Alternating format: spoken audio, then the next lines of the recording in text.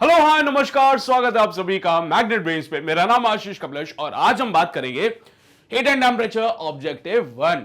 देखिए भाई, इससे पहले वाली वीडियो में हमने शॉर्ट आंसर्स कंप्लीट कर लिए थे, तो अगर आपने वो वीडियो नहीं देखा तो देख लीजिएगा, बहुत ज्यादा हेल्पफुल रहेगी। ऑब्जेक्टिव 1 में जैसा कि आप लोग जानते ही हैं, एमसीक्यूज हमें मिलेंगे जहां पे एक सिंगल ऑप्शन करेक्ट होगा, जिसपे टिक लगा के हम अपने अगले सवाल की ओर बढ़ जाएंगे। यहां पे कोई ऐसा माथाफोड़ी नहीं करनी कि सारे ऑप्शन चेक करने पड़ेंगे, ठीक है।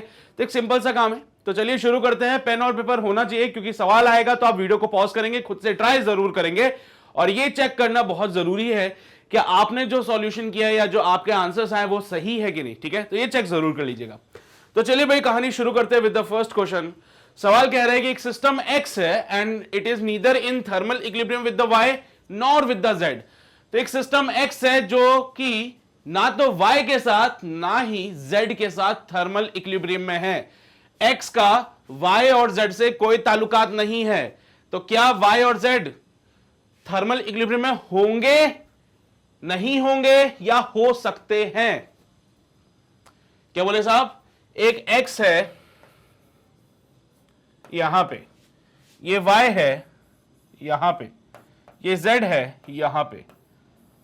x का y और z से कोई रिश्ता नाता नहीं है, नहीं जानते हम एक दूसरे को, है ना। तो x का y के साथ कोई रिश्ता नाता नहीं है, ना ही x का z के साथ कोई रिश्ता नाता है। तो y और z आपस में रिश्ता बना सकते हैं क्या? बोलो भाई।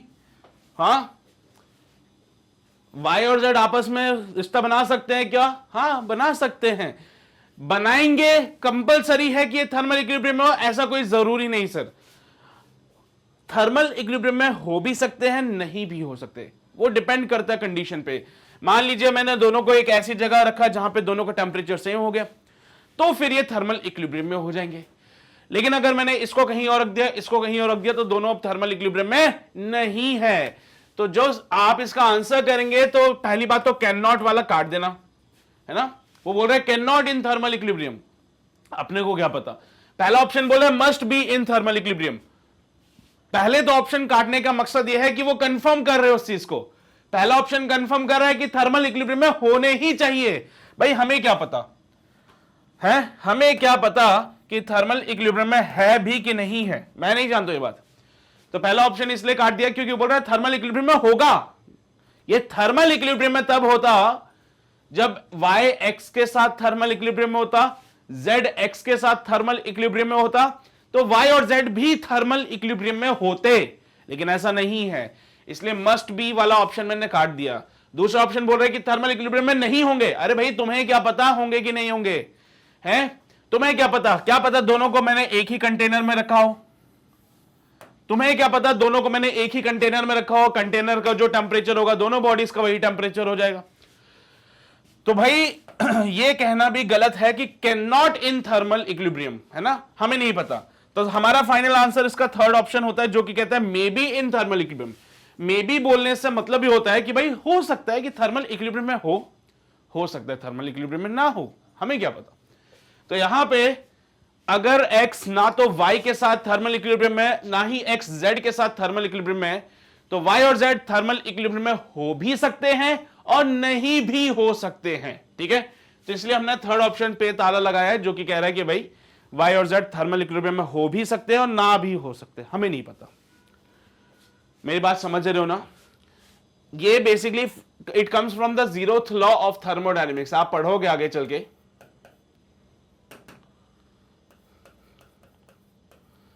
ये आया कहां से? From the zeroth law of thermodynamics. अभी थर्मोडायनेमिक्स का ज्ञान तुम्हें मिलेगा आगे चल के। तो भाई जीरोथ लॉ ऑफ थर्मोडायनेमिक्स क्या कहता है कि अगर साहब कोई सिस्टम है x, वो अगर y के साथ थर्मल इक्विलिब्रियम में है, अगर कोई सिस्टम x y के साथ थर्मल इक्विलिब्रियम में है और ये सिस्टम x z के साथ भी थर्मल इक्विलिब्रियम में है, तो y और z भी थर्मल इक्विलिब्रियम में होंगे। अगर x और y थर्मल इक्विलिब्रियम में है, अगर x और z भी थर्मल इक्विलिब्रियम में है, तो भाई साहब y और z भी थर्मल इक्विलिब्रियम में होने चाहिए, होंगे, पक्का है ये।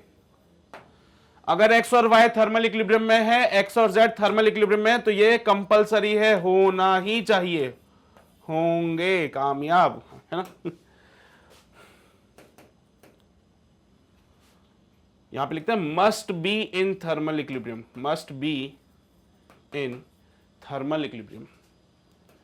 तो ये जीरोथ लॉ ऑफ थर्मोडायनेमिक्स है, ये basically it is the zeroth law of thermodynamics. देखो भाई थर्मोडायनेमिक्स जब हम पढ़ेंगे तो कुछ लॉज है जिनको कंसीडर करते हुए चलेंगे, तो इसमें जीरोथ लॉ आता है, बोलते हैं भैया ये दो सिस्टम अगर थर्मल इक्विलिब्रियम में, ये दोनों सिस्टम भी थर्मल इक्विलिब्रियम में, तो ये जो बचे दोनों सिस्टम हैं ये भी थर्मल इक्विलिब्रियम में होंगे, कंपलसरी है ये, ठीक है। बट इसने इसका उल्टा बोला था, इसने जो बोला यहां पे क्वेश्चन में उसका उल्टा बोला, उसने बोला ये दोनों थर्मल इक्विलिब्रियम में नहीं है, ये दोनों थर्मल इक्विलिब्रियम में नहीं है, तो ये दोनों भी थर्मल इक्विलिब्रियम में। सर हो भी सकते हैं, नहीं भी हो सकते।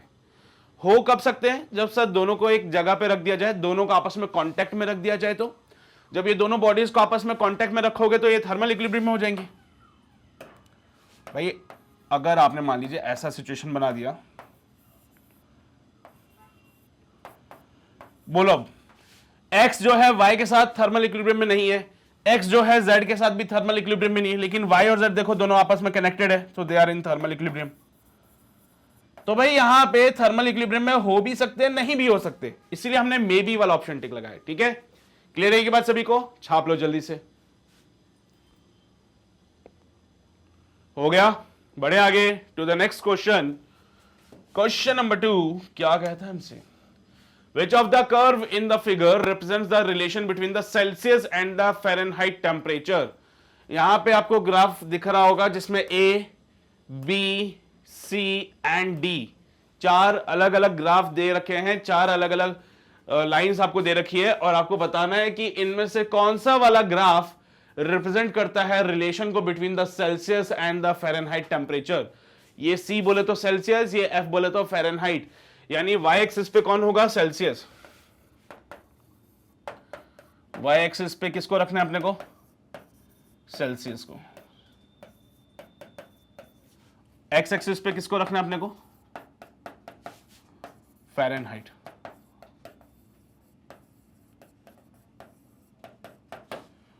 तो रिलेशन तो पता ही होगा डिग्री सेल्सियस में और फ़ारेनहाइट में, तो C/5 is equals to F minus का 32/9, शायद ऐसा कोई एक रिलेशन बनता है, एक बार चेक कर लीजिएगा। सेल्सियस और फ़ारेनहाइट में एक रिलेशन है भाई, सेल्सियस में और फ़ारेनहाइट में एक रिलेशन है भाई, ये वो रिलेशन है। 5 को उधर भेज दीजिए तो 5 उधर जाएगा, तो इक्वेशन बनेगी C is equals to 5/9 into F minus का 5 इंटू 32/9। मैंने क्या किया भाई, 9 को अलग अलग इंडिविजुअली डिवाइड करते हैं, 5 को उधर भेज दिया, तो ये बन गया 5F/9 माइनस का 5 इंटू 32/9। तो C is equals to 5F/9 minus का 160 डिवाइडेड बाय 9। भाई यही होगा था, देख लेना।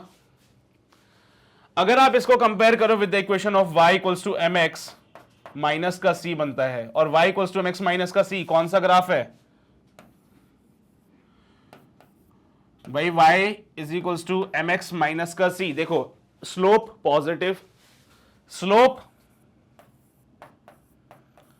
जो है वो पॉजिटिव है, और यहां पे जो इंटरसेप्ट है वो नेगेटिव है।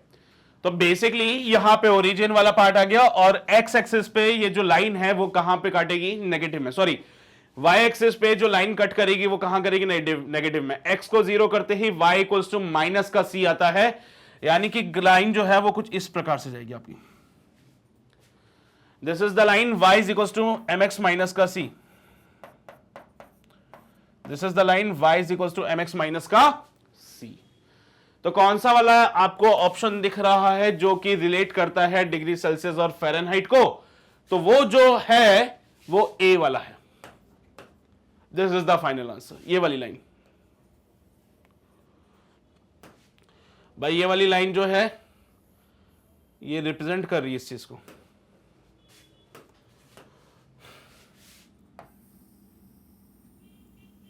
ये वाली लाइन, ठीक है? क्लियर है ये सभी को? छाप लो जल्दी से, फिर हम अगले सवाल की ओर बढ़ते हैं। नोट किया? कोई शक तो नहीं इसमें, कोई समस्या भी नहीं इसमें? तो चलिए जी आगे बढ़ते हैं हमारे अगले सवाल यानी कि क्वेश्चन नंबर 3 की ओर। Which of the following pair may give the equal numerical values of the temperature of a body? इनमें से कौन सा पेयर आपको इक्वल न्यूमेरिकल वैल्यू दे रहा है, यानी कि जो वैल्यू फ़ारेनहाइट में है वही वैल्यू केल्विन में मिले, जो वैल्यू सेल्सियस में है वही वैल्यू केल्विन में मिले, या जो प्लैटिनम कौन सा टेम्परेचर स्केल होता है सर? है प्लैटिनम तो नहीं सुना ना हमने कोई, अभी तक हमने जो सुने हैं वो है डिग्री सेल्सियस का, फ़ारेनहाइट का, केल्विन का और एक रैंकाइन स्केल हमने और सुना है। तो प्लैटिनम स्केल तो हमने कोई सुना ही नहीं सर अभी तक, तो इसको तो हटा दो रास्ते से। ठीक है, अब रही बात दो पॉइंट्स में, एक तो फ़ारेनहाइट और केल्विन की, एक रही डिग्री सेल्सियस और केल्विन की। तो कौन से पेयर में आपको सेम न्यूमेरिकल वैल्यू मिलेगा टेम्परेचर का? तो सॉल्व करते हैं, चलिए भाई देख लेते हैं कौन से में मिल सकता है हमले को। सबसे पहला पार्ट सॉल्व करने जा रहा हूं फ़ारेनहाइट और केल्विन का। तो देखिए भाई रिलेशन कुछ ऐसा होता है दैट फ़ारेनहाइट माइनस का 32 डिवाइडेड बाय 9 बराबर होता है के माइनस का 273 डिवाइडेड बाय 5। वैसे तो 0.15 होता है, केल्विन का जो रिलेशन होता है वो होता है 273.15, लेकिन मैं राउंड ऑफ कर रहा हूं तो 273.15 को मैं राउंड ऑफ करके 273 लिखता हूं। ठीक है, सो 273.15 को मैं राउंड ऑफ करता हूं और सिर्फ 273 लिख देता हूं। चलिए भाई क्रॉस मल्टीप्लाई करते हैं, तो that will be 5f minus का 160 बराबर हो जाएगा 9k माइनस का 273 मल्टीप्लाई बाय 9 करना पड़ेगा। सो 273 9 कितने होते हैं?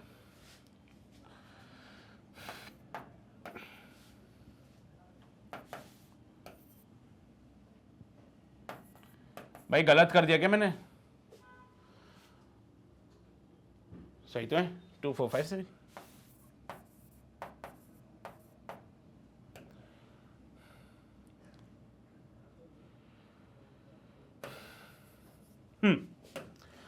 देखो भाई एक साइड लेके आ जाओ सबको।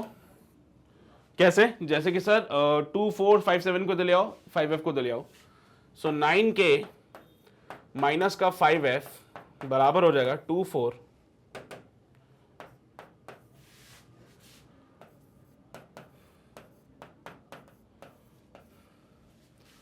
ठीक है, वो सॉल्व किया हम लोगों ने, तो कितना बनेगा भाई? 2397। 7 एज इट इज आ जाएगा, 6 9 15 9 आ जाएगा यहाँ पे। It will be 2397। अब सुनना जरा, अब मेन मुद्दे वाली बात आ रही है। वो क्या चाहता है कि सेम न्यूमेरिकल वैल्यू मिले, वो क्या चाहता है कि सेम न्यूमेरिकल वैल्यू मिले, इक्वल न्यूमेरिकल वैल्यू मिलनी चाहिए अपने को, है ना? कौन से पेयर में इक्वल न्यूमेरिकल वैल्यू मिलती है? तो for equal numerical value, for equal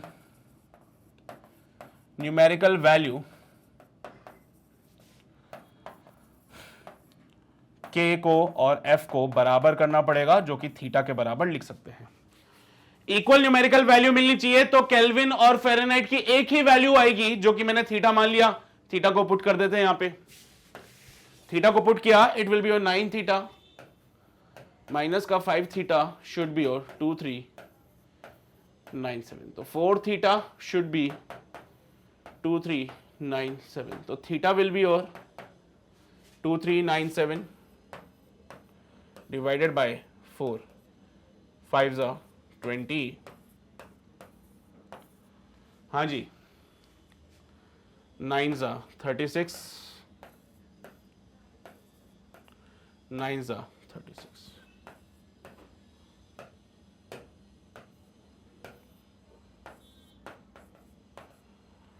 $599.25। So it comes out be 599.25। ठीक है, so कितना बनता है? 599.25। यानी कि ये वो वैल्यू है, ये वो टेम्परेचर है जहां पे केल्विन भी वही वैल्यू दे रहा है और फ़ारेनहाइट भी यही वैल्यू देता है। या तो आप इसको केल्विन में लिखो या फिर फ़ारेनहाइट में लिखो, एक ही बात है।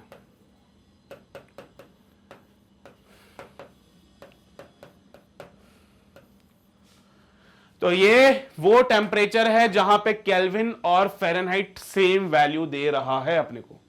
ये वो टेम्परेचर है 599.25 दिस इज द टेम्परेचर जहां पे केल्विन बोलो या फ़ारेनहाइट बोलो, एक ही न्यूमेरिकल वैल्यू दोनों के लिए मिलेगी अपने को।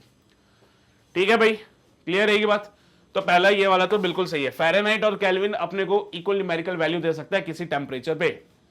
फ़ारेनहाइट और केल्विन अपने को इक्वल न्यूमेरिकल वैल्यू दे सकते हैं किसी टेम्परेचर पे। वो टेम्परेचर कितना? 599.25 केल्विन या फिर 599.25 फ़ारेनहाइट, डिग्री फ़ारेनहाइट। सेल्सियस और केल्विन की बात करें तो चलिए भाई सेल्सियस और केल्विन को भी थोड़ा सा देख लेते हैं। तो सेल्सियस और केल्विन कैसे डिफाइन करें इसको? रिश्ता वही, तो C/5 degree Celsius is equals to K minus का 273 डिवाइडेड बाय 5। 5 से 5 खत्म हो जाता है। मैंने आपको बोला था कि आपको वो जो रिलेशंस हैं डिफरेंट टेम्परेचर स्केल्स में, जो रिलेशन डिफरेंट टेम्परेचर स्केल्स में आपको दिख रहे थे वो आपको पता होने चाहिए, क्योंकि देखो किसी भी टेम्परेचर में वो बात करेगा तो आपको कन्वर्जन पता होना चाहिए। ठीक है, तो यहां पे it comes out be C equals to K minus का 273, so it will be k minus ka C is equals to 273. Now for equal numerical values,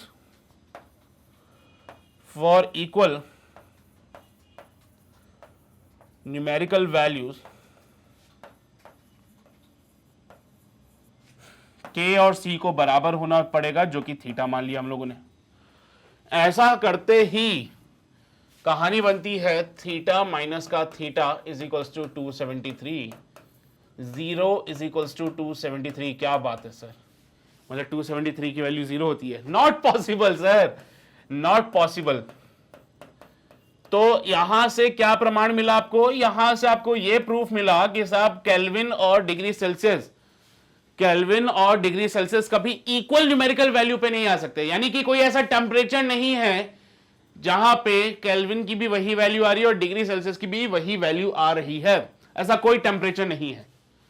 तो ऐसा कोई टेम्परेचर पॉसिबल नहीं है जहां पे केल्विन और डिग्री सेल्सियस की सेम वैल्यू है, लेकिन ऐसा एक टेम्परेचर पॉसिबल है जहां पे केल्विन और फ़ारेनहाइट की सेम वैल्यू आ सकती है। तो ये हमारा सवाल समाप्त हुआ, question number 3। I hope point clear है सभी को। तो छाप लो यार, सिंपल सी बात है। हाँ, ये रिश्ते तुम्हें पता होने चाहिए, ये रिश्ते तुम्हें पता होने चाहिए। ठीक है, ये नहीं पता होंगे तो फिर पिक्चर खराब हो जाएगी अपनी। नोट किया सबने? सभी ने नोट किया बढ़िया तरीके से? यहां आओ भाई।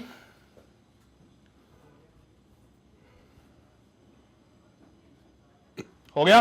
चलिए, तो यहां पे क्वेश्चन नंबर 3 हमारा समाप्त होता है। तो चलिए आगे बढ़ते हैं हमारे अगला सवाल, यानी कि क्वेश्चन नंबर 4 की ओर।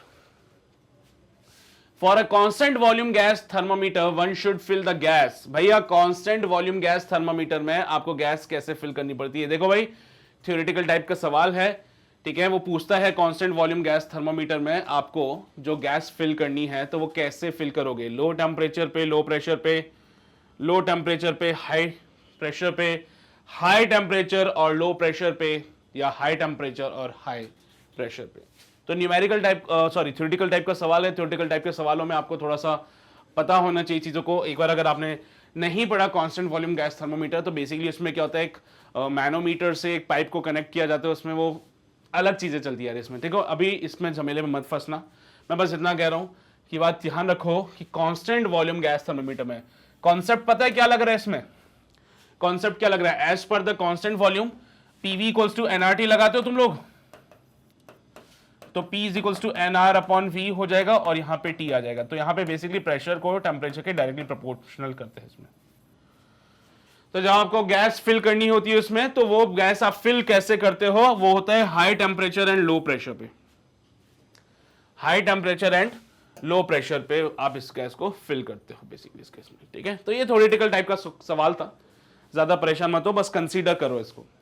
तो कोई तुमसे पूछ ले भाई कांस्टेंट वॉल्यूम गैस थर्मोमीटर में जो आप गैस फिल कर रहे हो वो हाई टेम्परेचर और लो प्रेशर पे फिल कर रहे हो। ठीक है, क्लियर है ये बात सभी को? बढ़े आगे। चलिए भाई, तो अगला सवाल, कंसीडर द फॉलोइंग स्टेटमेंट्स। ठीक है, तो दो स्टेटमेंट्स हमें दे रखे हैं, इनको हमें कंसीडर करना है। पहला statement, the coefficient of linear expansion has a dimension of k inverse. The coefficient of volume expansion has a dimension of k inverse. k बोले तो केल्विन है ना। तो इनमें से कोएफिशिएंट ऑफ लीनियर एक्सपेंशन की बात करूं या मैं बात करूं कोएफिशिएंट ऑफ वॉल्यूम एक्सपेंशन की, तो दोनों के जो डायमेंशन वो कह रहा है वो है केल्विन इनवर्स। सहमत हो इनकी बातों से? देख लेते हैं सर।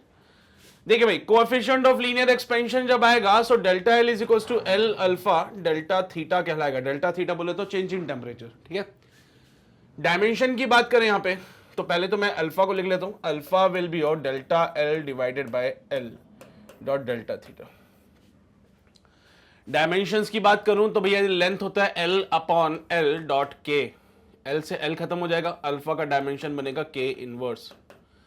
पहला स्टेटमेंट सही बोल रहा है सर, पहला स्टेटमेंट सही बोल रहा है। बोलता है कि the coefficient of linear expansion has a dimension of K inverse, सही बोल रहा है सर।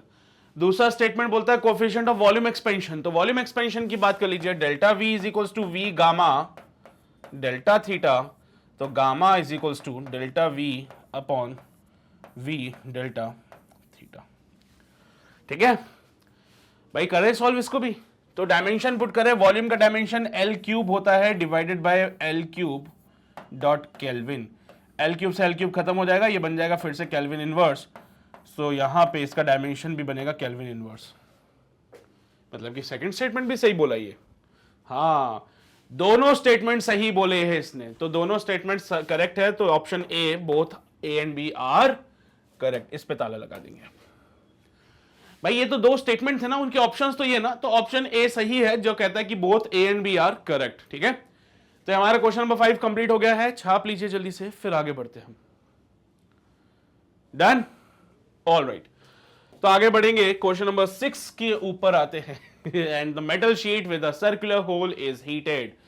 एक मेटल की शीट है हमारे पास, और इस मेटल की शीट में सर्कुलर होल है। अब अगर मैं इसको हीट करूंगा तो क्या होगा? ये शीट का एक्सपेंशन होगा, शीट का एक्सपेंशन होगा। शीट के एक्सपेंशन की वजह से क्या ये होल बड़ा होगा या छोटा होगा, या सेम साइज का रहेगा, या फिर डिफॉर्म हो जाएगा? तो सर जब आप इसको हीट करते हो तो इसका एक्सपेंशन होता है। जब आपने इसको हीट किया तो इसका क्या हुआ? एक्सपांशन।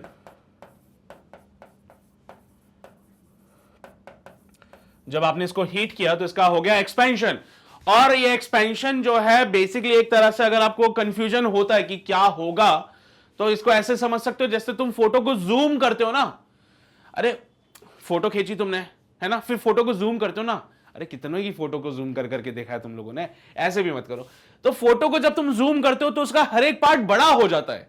तो वैसे ही यहां पे भी होगा कि अगर आपने इसको हीट दिया तो इसका एक्सपेंशन हो रहा है, तो एक तरह का वो जूम किया आपने इसको। जब आप इसको जूम करते हो तो ये होल जो पहले छोटा था वो भी बड़ा हो जाता है उस केस में। ये जो होल है जो कि पहले छोटा था वो बड़ा हो जाता है इस केस में। ये अपना तरीका है समझने का। बाकी ऐसे समझो तो भाई, जब भी यहां पे एक्सपेंशन होगा तो the separation between these two points increases. जब यहां पे एक्सपेंशन होगा तो एक्सपेंशन के दौरान ये जो सेपरेशन है दो पॉइंट्स के बीच में, क्योंकि दो पॉइंट्स दूर हो जाते हैं एक्सपेंशन के दौरान। एक्सपेंशन के दौरान पूरी शीट पे कोई दो पॉइंट्स आप ले लीजिए, वो एक दूसरे से दूर हो जाएंगे। देखो ना, इन दोनों के बीच की दूरियां बढ़ चुकी है इस टाइम पे। तो आपने शीट में दो पॉइंट्स लिए जिनके बीच का सेपरेशन हमेशा बढ़ता है एक्सपेंशन में। तो ये दो पॉइंट्स लिए, इनके बीच का सेपरेशन बढ़ गया, यानी कि मैंने समझ लिया कि होल का साइज जो है वो बढ़ चुका है, यानी होल जो है वो बड़ा हो जाएगा in case of the expansion. बाकी अपना वो फोटो वाला ज्यादा अच्छा है। फोटो को जूम करते हो तो क्या होगा भाई? ये होल भी बड़ा हो जाएगा उस केस में। ठीक है, ये हमारा क्वेश्चन नंबर 6 था। अरे हलवे से सवाल है सारे, मतलब ऐसा नहीं बोलेंगे कि बहुत टफ क्वेश्चन आ जाएंगे या ऐसा कुछ। यहां सिंपल सिंपल से अप्रोच चलती है। और चीजें सिंपल क्यों है? क्योंकि तुम्हें कॉन्सेप्ट पता है। ठीक है, अगर कॉन्सेप्ट नहीं पता होता है तो ये चीजें भी टफ हो जाती है लोगों के लिए। तो एनीवेज चलिए आगे बढ़ते हैं। क्वेश्चन नंबर 6 के बाद आगे आते हैं क्वेश्चन नंबर 7 पे। बोला जा रहा है कि दो आइडेंटिकल रेक्टेंगुलर स्ट्रिप है, एक कॉपर की है और एक स्टील की है, and they are riveted together to form a bimetallic strip. भाई एक बायोमेटेलिक स्ट्रिप यहां पे बनाई जा रही है, सच दैट कॉपर जो है उसका coefficient of linear expansion steel से ज्यादा है। तो on heating the strip will, यानी कि कहानी कुछ ऐसे होने वाली है कि एक कॉपर की रॉड है और एक यहां पे स्टील की रॉड है। इन दोनों का आपने रिवेटिंग कर दी। रिवेटिंग मतलब समझते हो ना? अरे यार, दो मेटल शीट्स के बीच में वो पतली सी पिन आती है, वो ठोकते हैं उसमें, है ना।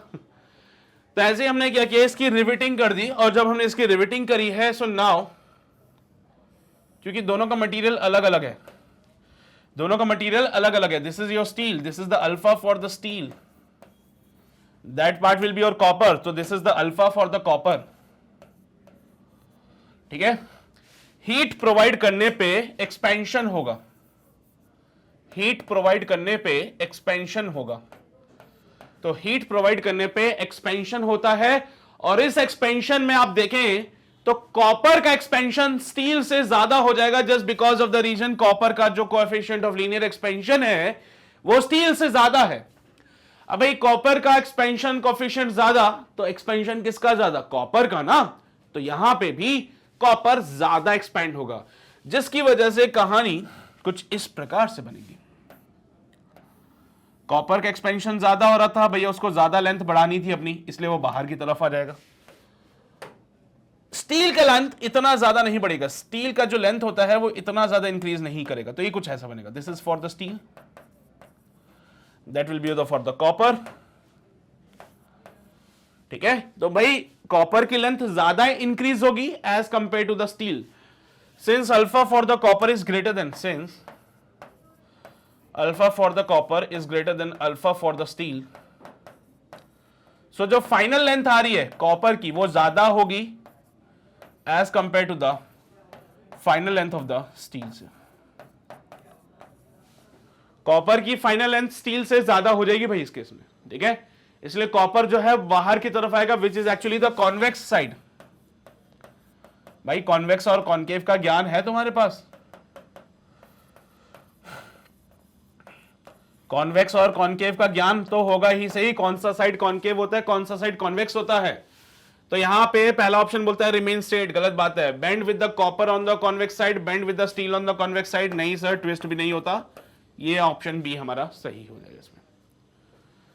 तो इसका जो एक्सपेंशन होगा वो इस प्रकार से होगा, क्योंकि कॉपर ज्यादा एक्सपेंड होना चाहता था और स्टील जो है वो कम एक्सपेंड होना चाहता था, बट क्योंकि आपने तो रिविटिंग कर रखी है इनकी, आपने इनको यहां पे रिविट करके रखा है, साथ में चिपका के रखा है साथ में, तो क्या होगा कि ये बढ़ता बढ़ता ऐसा हो जाएगा और ये उसको रोकेगा, ये बढ़ना चाहता है, ये इसको रोकेगा, तो अल्टीमेटली बेंड हो जाता है ऐसे।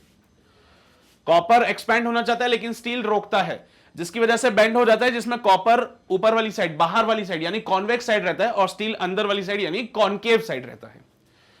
तो यह है कहानी क्वेश्चन नंबर 7 की। उम्मीद करता हूं आपको सारी बात समझ आ रही होगी, बाकी छाप लो जल्दी से, फिर हम आगे बढ़ते हैं। ये LF क्या है, this is the final length भाई, डोंट गेट कंफ्यूज्ड। LF क्या है, final length, LF is the final length. तो फाइनल लेंथ जो कॉपर की आ रही है, क्योंकि दोनों की इनिशियल लेंथ तो बराबर थी,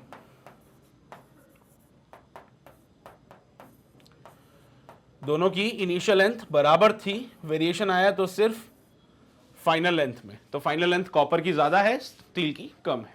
क्लियर रहेगी बात सभी को, पक्का? तो इसी के साथ हमारा क्वेश्चन नंबर 7 समाप्त हो जाता है। तो चलिए भाई आगे बढ़ते हैं अब हम लोग हमारे नेक्स्ट क्वेश्चन यानी क्वेश्चन नंबर 8 की ओर। और क्वेश्चन नंबर 8 हमसे क्या कहता है, if the temperature of a uniform rod is slightly increased by delta T, तो moment of inertia about a perpendicular bisector increases by, यानी कि एक यूनिफॉर्म रॉड है जिसका टेम्परेचर जो है वो स्लाइटली मैं उसको इंक्रीज कर देता हूं बाय डेल्टा टी, तो मोमेंट ऑफ इनर्शिया पे क्या फर्क पड़ेगा। सर ये तो गलत बात है, आपने तो मोमेंट ऑफ इनर्शिया का कुछ बताया ही नहीं हम लोगों को, हमें पता ही नहीं है कि मोमेंट ऑफ इनर्शिया का टेम्परेचर के साथ क्या इफेक्ट है। तो घबराओ नहीं, आज बताएंगे हम तुम्हें। देखो भाई सोचने वाली बात है सिर्फ यहां पे कि यहां पे बात हो रही है रॉड की, और मोमेंट ऑफ इनर्शिया जो कंसीडर करना है अबाउट अ परपेंडिकुलर बाइसेक्टर, यानी कि if this is a rod having the mass m and the length l, इसका मास m हो जाएगा, इसकी लेंथ l हो जाएगी, तो यहां पे परपेंडिकुलर एक्सिस बाइसेक्टर, ये इसके अबाउट मोमेंट ऑफ इनर्शिया आपको बताना है। रोटेशन अगर आपने पढ़ रखा है तो आपको पता होगा कि इसके बाइसेक्टर के अबाउट मोमेंट ऑफ इनर्शिया होता है ml²/12। पता नहीं होता है कि नहीं होता यार, होता है ना। और एंड के अबाउट होता है ml²/3। By using the parallel axis theorem हम इसको फाइंड आउट कर सकते हैं फिर, राइट। ओके चलिए भाई बहुत बढ़िया। अब एक तरफ है ml²/12 और एक तरफ इधर हम देख रहे हैं कि टेम्परेचर बढ़ाया जा रहा है, यानी कि जब आप टेम्परेचर को बढ़ाते हो तो लेंथ में वेरिएशन आता है। मास को कोई मतलब नहीं इन चीजों से, मास को इन चीजों से कोई मतलब नहीं है, तो वेरिएशन आता है लेंथ में। सो मैंने बोला इनिशियल लेंथ हो जाएगी L, ये मैं मान रहा हूं कि इनिशियल लेंथ हमारी L हो जाएगी, और फाइनल लेंथ जो होगी वो होगी L1 plus alpha delta T. Alpha बोले तो coefficient of linear expansion, delta T बोले तो चेंज इन टेम्परेचर। बोला है ना slightly increase by delta T, temperature को आपने बढ़ाया बाय डेल्टा टी, तो ये फाइनल लेंथ होगी। तो इनिशियल मोमेंट ऑफ इनर्शिया आई है, फाइनल मोमेंट ऑफ इनर्शिया जो बनेगा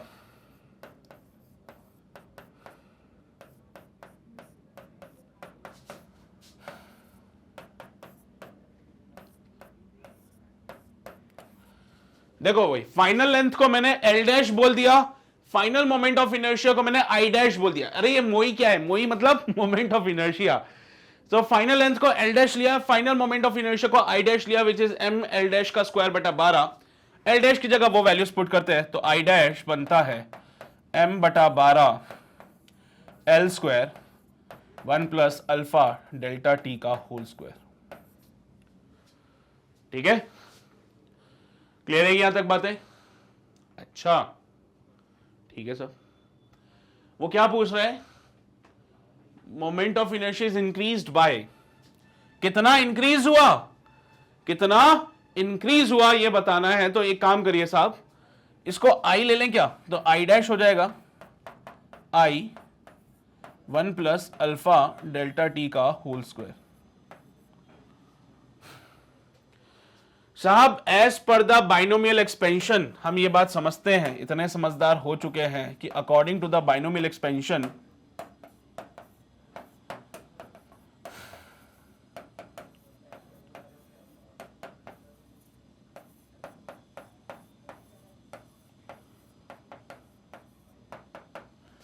बाइनोमियल एक्सपेंशन के हिसाब से 1 प्लस एक्स का होल पावर n जो होता है, आप इसको 1 प्लस n इंटू एक्स लिख सकते हो if x is very very less than 1। यानी कि 1 प्लस एक्स की होल पावर n को आप लिख सकते हो 1 प्लस एन एक्स, अगर x बहुत ज्यादा छोटा है 1 से। तो अगर x बहुत ज्यादा छोटा है 1 से, तो सेम काम वहां पे करेंगे और इसके लिए भी यही बात लिखी जाएगी कि if alpha delta T is very very less than 1, तो मैं इसको अगले पेज पे करूंगा अब सॉल्व। मैं इसको अगले पेज पे यहां कर देता हूं। मैंने बोला तो उस केस में आई डैश जो बनेगा वो बनेगा आई 1 प्लस 2 अल्फा डेल्टा टी। क्या बोले साहब, अगर अल्फा डेल्टा टी बहुत छोटा होगा 1 से, तो ये पावर आगे आ जाएगी, जैसा कि यहां पे हुआ था, पावर आगे आ गई। तो देखो पावर आगे आते ही 2 यहां पे आ गया और वहां से हट गया है। ठीक है, नाउ वो पूछ रहा है कि moment of inertia is increased by, कितना इंक्रीज हुआ। So I dash is equals to I plus 2 alpha I delta T.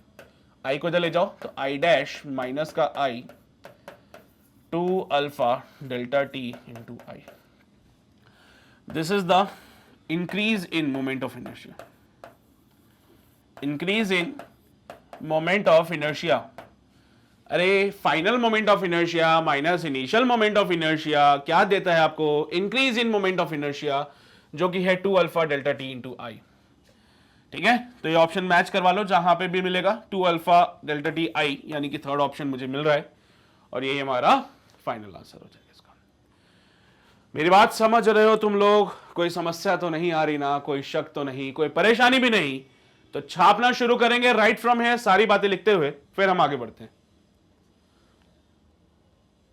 हो गया क्लियर सभी को?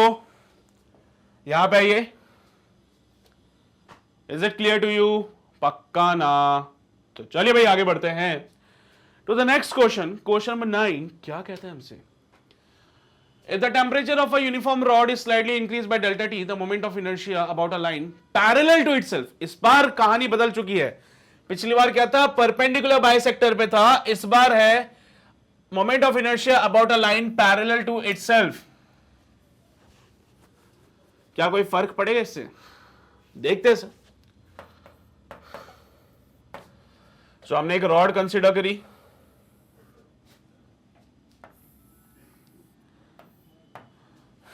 ठीक है, about a line parallel to itself. पिछले में क्या था? About a line perpendicular, about a perpendicular bisector.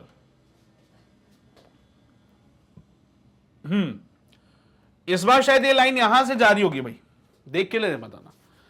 Parallel to itself मतलब the temperature moment of inertia I about a line parallel to itself will be, यानी कि एक तो इसके बाइसेक्टर के अबाउट था, एक यहां के अबाउट अगर निकालोगे, देखो भाई क्या है ना कि इस लाइन के अबाउट तो मोमेंट ऑफ इनर्शिया तुम्हें मिलने वाला से नहीं। ये जो लाइन है इसके बाद मोमेंट ऑफ इनर्शिया सोचो तो रॉड है भाई, कोई प्लेट वगैरह थोड़ी है, ठीक है। तो अगर आप इस लाइन के अबाउट मोमेंट ऑफ इनर्शिया निकालने की सोचो तो आई डोंट थिंक कि वो वर्थ है, क्योंकि ये रॉड है, पतली रॉड है भाई, मोमेंट ऑफ इनर्शिया बहुत कम हो जाएगा, नेग्लिजिबल हो जाएगा वो एक तरह से। तो इसके बाद तो मोमेंट ऑफ इनर्शिया निकाल नहीं सकते, सिर्फ एक यही ऑप्शन बचता है जिसके बाद मोमेंट ऑफ इनर्शिया ml²/3 आ रहा है। भाई अगर इसके पैरेलल भी हम सोचते तो बात समझ आती, लेकिन सर कैसे फाइंड करें इसके बाद मोमेंट ऑफ इनर्शिया जो है वो नेग्लिजिबल आ जाएगा, विड्थ वगैरह कुछ दे ही नहीं रखा, तो ये तो हो नहीं सकता। तो बचा ऑप्शन यही है, सिर्फ इसके अबाउट नहीं निकाल सकते हो आप लोग, इसके अबाउट निकाल सकते हो, सिर्फ यही पॉसिबिलिटी है। इसके अबाउट ml²/3 होता है, तो initial moment of inertia, initial moment of inertia जो है वो है ml²/3, ठीक है। फाइनल मोमेंट ऑफ इनर्शिया जो होगा that will be your ml' का स्क्वायर/3। सर देखो मेरे हिसाब से तो कोई फर्क पड़ने वाला नहीं है वैसे तो, ठीक है, बात वही आनी घूम फिर के, since l' is equals to l 1 plus alpha delta t, तो I' is equals to ml²/3 1 plus alpha delta t का whole square. I' is equals to I 1 plus 2 alpha delta t if alpha delta t is very very less than 1। अगर alpha delta t 1 से बहुत छोटा है तो ये power आगे आ जाएगी, जैसा भी हमने पिछले सवाल में किया था according to the binomial expansion. तो इस केस में भी वही कहानी चलेगी भाई, कोई अंतर नहीं आएगा, तो I' हो जाएगा I plus 2I alpha delta t। So I' minus का I is equal to 2I alpha delta t। तो this is the increase in moment of inertia, यही पूछ रहा है शायद आपको, this is the increase in moment of inertia which is your 2I alpha delta t, जो कि आपको फिर से थर्ड ऑप्शन में मिल रहा है और यही आपका सही जवाब हो जाएगा। क्लियर है ये बात सभी को? पक्का ना? तो छाप लो जल्दी से, फिर हम आगे बढ़ते हैं। डन? ओके, तो क्वेश्चन नंबर 9 समाप्त करने के बाद अब हम आगे बढ़ेंगे क्वेश्चन नंबर 10 की ओर। क्वेश्चन नंबर 10 क्या कहता है? The temperature of the water at the surface of a deep lake is 2 degree Celsius. तो भैया सरफेस पे जो टेम्परेचर है वो 2 डिग्री सेल्सियस का है। What is the temperature expected at the bottom? Bottom पे कितना टेम्परेचर होगा? So this is a deep lake, यहां पे जो सरफेस वाटर है हमारे पास उसका टेम्परेचर है 2 डिग्री सेल्सियस, है ना। बाकी का टेम्परेचर आपको बताना है कि डीप लेक में कितना टेम्परेचर होगा। सर अगर सरफेस पे 2 डिग्री सेल्सियस है, यानी कि जो सरफेस पे जो वाटर है, ये वाला पार्ट जो है वाटर का, this the density of this water, यहां पे अगर 2 डिग्री सेल्सियस का टेम्परेचर है तो यहां पे जो डेंसिटी होगी रो, और यहां नीचे जो डेंसिटी होगी रो डैश, तो rho is less than rho dash.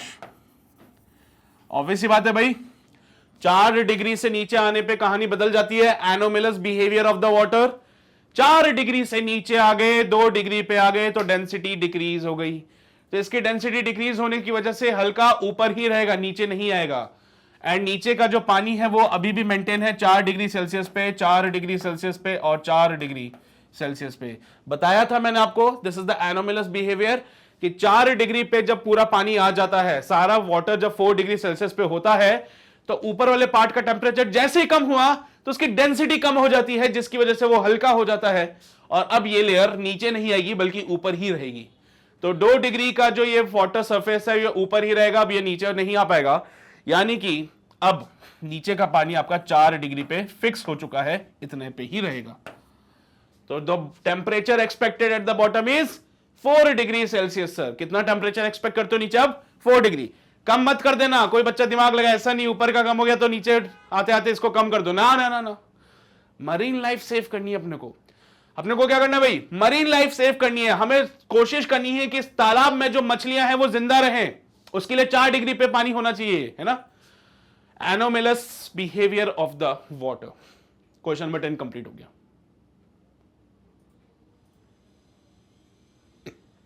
हो गया?